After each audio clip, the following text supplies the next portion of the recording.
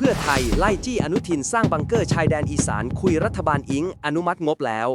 พรรคเพื่อไทยเรียกร้องให้รัฐบาลเร่งอนุมัติงบประมาณเยียวยาผู้ประสบอุทกภัยจากพายุบัวลอยในวงเงินไม่น้อยกว่า 9,000 บาทต่อครัวเรือนตามมติครม.เดิมนายชนินทร์รุ่งธนเกียรติรองโฆษกพรรคเพื่อไทยสนับสนุนการปรับหลักเกณฑ์การเยียวยาน้ำท่วมให้เป็น 9,000 บาทต่อครัวเรือนเท่ากันยังเรียกร้องให้รัฐบาลเร่งรัดการอนุมัติและจ่ายเงินเยียวยาให้ประชาชนโดยเร็ว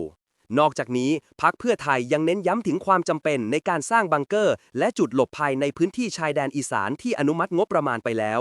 ขอให้รัฐบาลเร่งดำเนินการสร้างบังเกอร์เพื่อความปลอดภัยของประชาชนและอย่าปล่อยให้งบประมาณตกไป